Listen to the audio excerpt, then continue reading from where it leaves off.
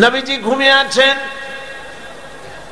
গভীর রাত্রে হযরত জিবরিল আমিন এসে বলছেন, আল্লাহর নবী, আল্লাহ পাক অর্ডার করেছেন আজকের রাতেই মদিনায় হিজরত করবেন। আপনার ঘরের চতুর্দিকে কাফির বেঈমানেরা দাঁড়ানো, সকাল হওয়ার সঙ্গে সঙ্গে তারা আপনাকে মেরে ফেলবে। নবীজি ঘুমের থেকে জেগে হযরত আলীকে ডেকে বললেন, আলী, আমার বিছানায় ঘুমায় থাকো, আল্লাহর হুকুম হয়েছে আমি মদিনায় চললাম, আমার কম্বলটা মুড়ে দিয়া তুমি ঘুমায় যাও। হযরত আলী বলেন, ইয়া রাসূলুল্লাহ, আপনার বিছানায় আপনার চাদর মুড়ি দিয়া ঘুমিয়ে থাকবো। সকাল বেলায় কাফির বেঈমানেরা এসে আপনার বিছানার উপরে আপনার চাদর গায়ে দেওয়া অবস্থায় আমাকে মুহাম্মদ সাল্লাল্লাহু আলাইহি সাল্লাম মনে করে আমাকে কেটে টুকরা টুকরা করে বিদায় করে দেবে। আমার মনের মধ্যে কোনো দুঃখ হবে না, কষ্ট হবে না, বরং তৃপ্তি এটাই হবে যে আমি আলীর জীবনের বিনিময়ে আল্লাহর নবী বেঁচে আছেন। নবীজি ঘরের থেকে বেরোলেন, চতুর্দিকে কাফের দাঁড়ানো, হাতে এক মুষ্টি বালু নিলেন, বালুগুলি নিক্ষেপ করলেন।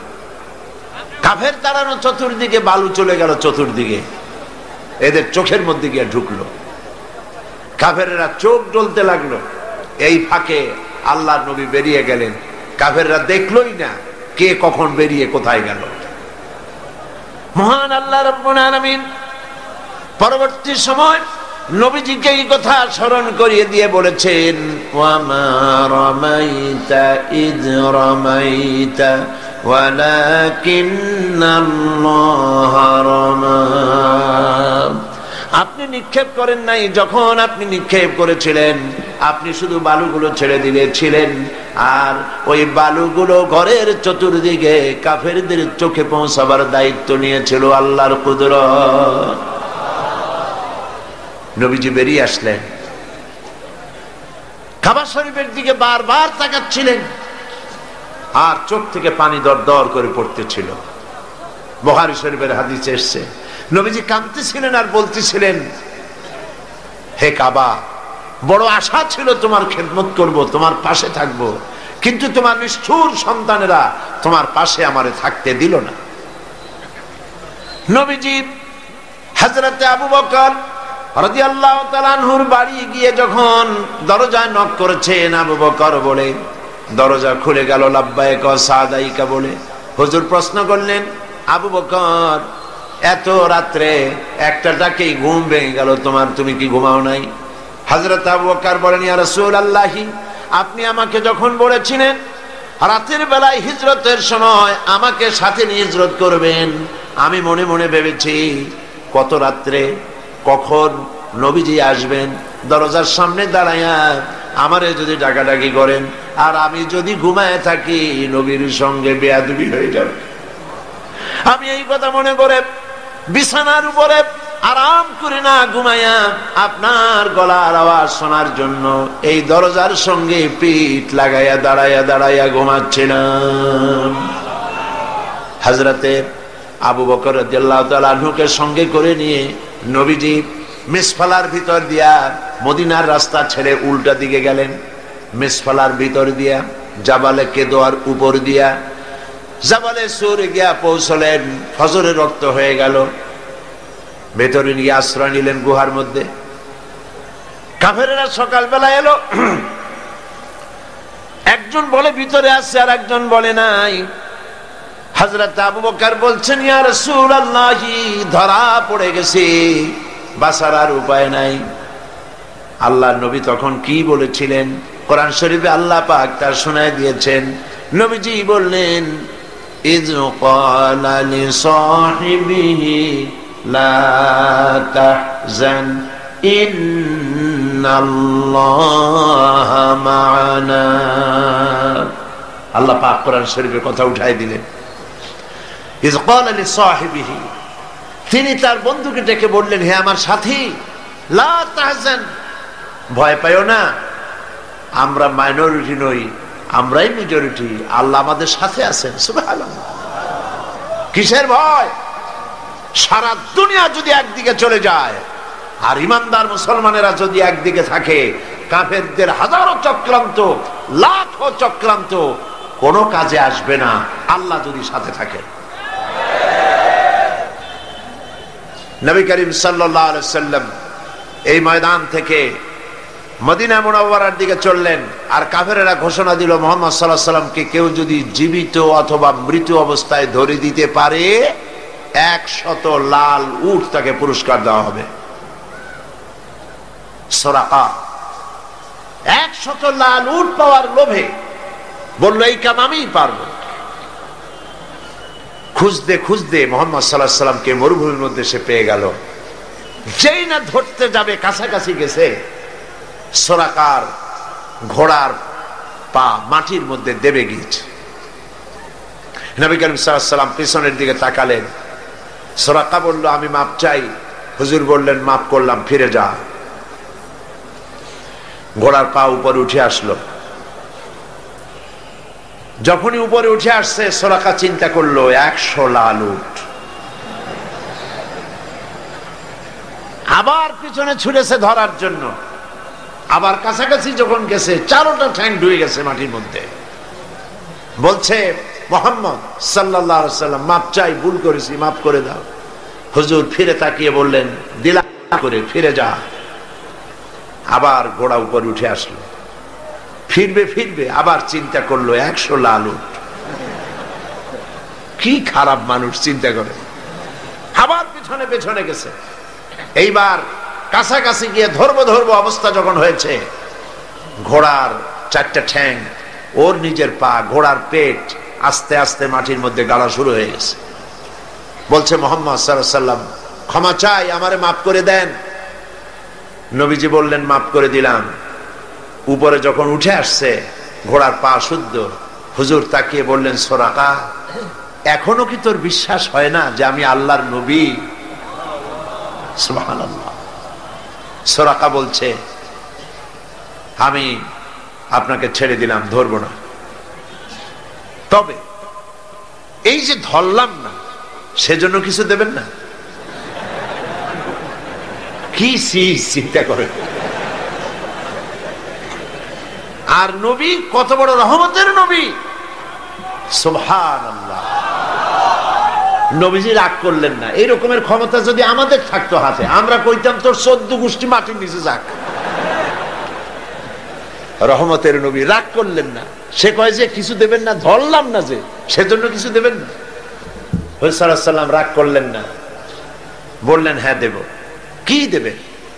তিনি বললেন পারস্য সম্রাটের মুকুট দেব। সুরাকা মনে মনে খুব অসন্তুষ্ট হলো, মুখ দিয়ে কিছু কইল না, মনে মনে অসন্তুষ্ট হইল। রাতের বেলায় লোক নাই, জন নাই, একজন মানুষ নিয়ে আপনি আত্মগোপন করে মদিনায় যাচ্ছেন, পারস্য সম্রাটের মাথার মুকুট আমারে দেবেন, কিছু দেবেন না তাই কর। এটা কি স্বাভাবিক কথা? তখনকার যুগের সুপার পাওয়ার। এখন যদি এই মঞ্চে দাঁড়ায় কেউ বলে যে আপনি আমার এই কথা যদি শোনেন তাহলে হোয়াইট হাউসের চাবি আপনারে আমি দিয়ে দেবো, ওইখানে আপনি ঘুমাবেন কি? তাহলে ওই লোকটার মস্তিষ্ক সম্পর্কে আপনারা সকলে চিন্তা করবেন, বেচারাকে তাড়াতাড়ি হেমায়েতপুর পাবনায় পাঠায় দেওয়া দরকার, ঠিক কিনা? কেউ চিন্তা করেছে যেটা কেমন কথা? পারস্য সম্রাটের মাথার মুকুট আমার দেবে, একটা কথা হইল। তিনি চলে গেলেন, মুখ মলিন করে চলে গেলেন। নবী করিম সাল্লাল্লাহু আলাইহি সাল্লাম মদিনা এলেন, ইসলামের রাষ্ট্র প্রতিষ্ঠা করলেন, ইন্তেকাল করলেন। আবু বকর রাদিয়াল্লাহু তাআলা ক্ষমতা এলেন, ইন্তেকাল করলেন। সুরাকা বুড়া হয়ে গেছে, চুল দাড়ি পাকিয়া সব সাদা হয়ে গেছে। এবার ক্ষমতায় হযরতে আমিরুল মুমিনিন খলিফাতুল মুসলিমিন ওমর ইবনুল খাত্তাব রাদিয়াল্লাহু তাআলা আনহু। পারস্যের সঙ্গে যুদ্ধ হলো। এই যুদ্ধে পারস্য মুসলমানদের হাতে দখল হয়ে গেল। গনিমতের মাল এলো, সোনা দানা হীরা জহরাত অস্ত্রপাতি সব গনিমতের মাল এসে খলিফার সামনে হাজির। খলিফা বসে তাকিয়ে দেখছেন সম্পদের ভিতরে যত গনিমতের মাল এসেছে তার মধ্যে হীরা মণিমুক্তা খচিত পারস্য সম্রাটের মাথার মুকুট ওমরের পায়ের কাছে এসে হাজির। হযরত ওমর রাদিয়াল্লাহু তাআলা আনহু বললেন, কে আছো? চলে যাও, সুরাকাকে ডেকে নিয়ে আসো। সুরাকাকে ডাকা হলো। হযরত আমিরুল মুমিনিন ওমর রাদিয়াল্লাহু তাআলা আনহু সুরাকাকে ডাকতেই বললেন, সুরাকা বুড়া মানুষ, কোমর সোজা করে হাঁটতে পারে না, চুল পেকেছে, দাড়ি পেকেছে। বুড়া সুরাকা হযরত ওমরের সামনে যখন দাঁড়ায় গেছেন, ওমর রাদিয়াল্লাহু তাআলা আনহু পারস্য সম্রাটের মাথার মুকুটটা নিয়ে সুরাকার মাথার উপরে পরায় দিয়া বললেন, সুরাকা, আল্লাহর নবীর ওয়াদা কোনোদিন মিথ্যা হয় না। নবী করিম সাল্লাল্লাহু আলাইহি ওয়াসাল্লাম মদিনায় প্রবেশ করছেন। আল্লাহ রাব্বুল আলামিন নবীজিকে বললেন, একটা দোয়া পড়ার জন্য বললেন। নবীজি দোয়াটা আল্লাহর পাকের কাছে থেকে শেখানো দোয়া পড়লেন। রব্বি আদখিলনি মুদখালা সিদকিন ওয়া আখরিজনি মুখরাজা সিদকিন ওয়াজআল লি মিন লাদুনকা সুলতানান নাসীরা। আয় আল্লাহ, সত্যের সাথে আমাকে প্রবেশ করাও, সত্যের সাথে আমাকে বের করো, আর তোমার পক্ষ থেকে সুলতানে নসীর আমাকে দান করো। দুনিয়ার সমস্ত মুফাসসিরিনে কেরাম একমত, সুলতানে নসীর এর অর্থ হলো রাষ্ট্র ক্ষমতা। সুবহানাল্লাহ বলেন। আল্লাহ, তুমি আমারে রাষ্ট্র ক্ষমতা দান করো।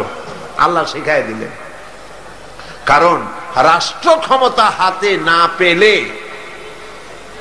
আল্লাহর আইনকে কার্যকরী করা যায় না, ঠিক কিনা?